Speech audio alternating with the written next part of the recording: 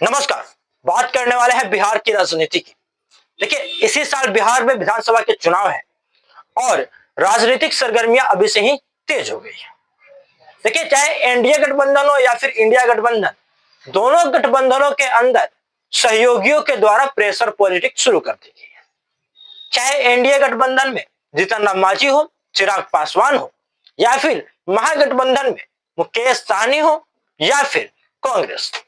देखिए, महागठबंधन में आरजेडी सबसे बड़ी पार्टी है, तो इंडिया गठबंधन में आरजेडी सबसे बड़ी पार्टी है, तो एनडीए गठबंधन में नीतीश कुमार और भाजपा ये दोनों आसपास है।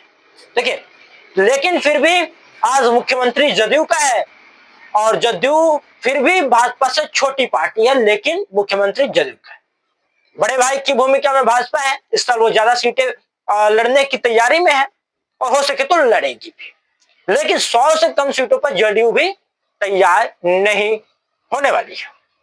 वहीं पर 60-70 सीटों के आसपास का डिमांड चिराग पासवान कर रहे हैं।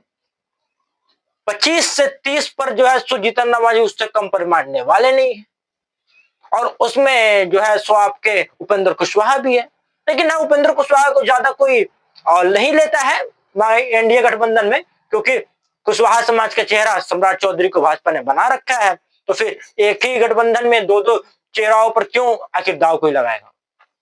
तो वही इंडिया गठबंधन यानी महागठबंधन की बात करें तो यहाँ पर 3 अभी मीटिंग जो है संपन्न हो चुकी है। पहला राहुल गांधी और तेजस्वी यादव का टॉप लीडरशिप के बीच में हुई, जो कि दिल्ली में। दूसरी बैठक जो हुई वो पटना में आरजेडी कार्यालय में हुई। तीसरी बैठक कांग्रेस के पटना के सदाकत आश्रम मुख्यालय में हुई, और वहां पर भी देखिए कोई बड़ा भी निर्णय नहीं निकल कर सामने आया, कोई बड़ा निर्णय नहीं हुआ है। ना ही डिप्टी सीएम के फेस पर फैसला हुआ है, ना ही सीएम के फेस पर फैसला हुआ है, ना ही इस पर फैसला हुआ है कि कौन पार्टी कितनी सीटों पर लड़ेगी। लेकिन हाँ, जो अंदर से बातें निकलकर सामने आ रही है उसके अनुसार 135 या 120 से ऊपर ही सीटों पर जो है सो आरजेडी चुनाव लड़ेगी। 125 20 से 25 से कम सीटों पर आरजेडी चुनाव नहीं लड़ने वाली है, ये आप लेकर चलिए। उससे ज्यादा सीटों पर ही आरजेडी चुनाव लड़ेगी। और दूसरी बात, अगर आरजेडी पिछले बार के मुकाबले में अपनी सीटें घटाती है तो कांग्रेस को भी पिछली बार के मुकाबले में अपनी सीटों में जो है सो बदलाव करना पड़ेगा, घटाना पड़ेगा। पिछली बार 70 सीटों पर कांग्रेस लड़ी थी, तो इस बार वो आंकड़ा 60, 55 या 50 तक भी जा सकता है। देखिए, लेफ्ट की पार्टियों में कोई बदलाव नहीं देखने को मिलेगा, क्योंकि उनकी जो है वो जीत का स्ट्राइक रेट अच्छा था और उनके पास 3 पार्टियां हैं, तो आपस में जितनी सीटें पहले थी उनकी उतनी सीटों में आपस में वो बांटेंगे। 1-2 सीटें बढ़ सकती है, घटने का अनुमान नहीं है।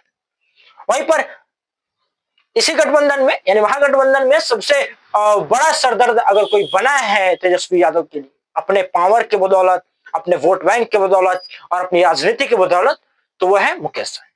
मुकेश सहनी भी लगातार ये कहते रहे हैं कि हम अपने तेवर और ग्लैमर में कभी कमी नहीं रखते हैं, उससे कभी समझौता नहीं करते, और इनकी बुलाहट तो हर तरफ रहती है। तो इनकी बुलाहट हर तरफ है, तो उनको कोई नजरअंदाज करने की भी गलती नहीं करेगा। पिछली बार तेजस्वी यादव ने नजरअंदाज किया तो उनको सीएम के कुर्सी से दूर होना पड़ा। करीब जाते जाते भी उनकी सीएम की कुर्सी पर बैठने की जो सपना था, जो लालसा थी, वो टूट गई। तो वही बात है, इस बार वो गलती दोहराना नहीं चाहेंगे, और कौन चाहेगा कि वो मुख्यमंत्री नहीं बने। इसलिए मुकेश सहनी को, वीआईपी पार्टी को जो है तेजस्वी यादव नाराज करने के मूड में इस साल नहीं है, और इसलिए जो भी मीटिंग हो रही है उसमें जो सीटिंग अरेंजमेंट है वो स्पष्ट रूप से दिखाता है कि मुकेश सहनी की ताकत बिहार की राजनीति में कितनी है। तो यही कुछ बातें हैं जो अभी बिहार की राजनीति में सरगर्मियों का माहौल कायम रखी हुई है, और इसी पर चर्चाएं लगातार हो रही है, रोज हो रही है, प्रत्येक दिन हो रही है। और जब तक ये 4 तारीख यानी 4 मई को बड़ी मीटिंग है सभी जिलाध्यक्षों के साथ, विधायक और सांसदों के साथ, सभी प्रमुखों के साथ महागठबंधन में, उसके बाद जो फैसला आएगा उसके बाद काफी ज्यादा बिहार की राजनीति में बदलाव देखने को मिलेगा, आप ये मानकर चलिए। खैर, आपका क्या मानना है कमेंट सेक्शन में जरूर लिखिएगा, और ऐसी वीडियोस के लिए इस यूट्यूब चैनल को सब्सक्राइब कर लीजिएगा। मिलते हैं नेक्स्ट वीडियो में, तब तक के लिए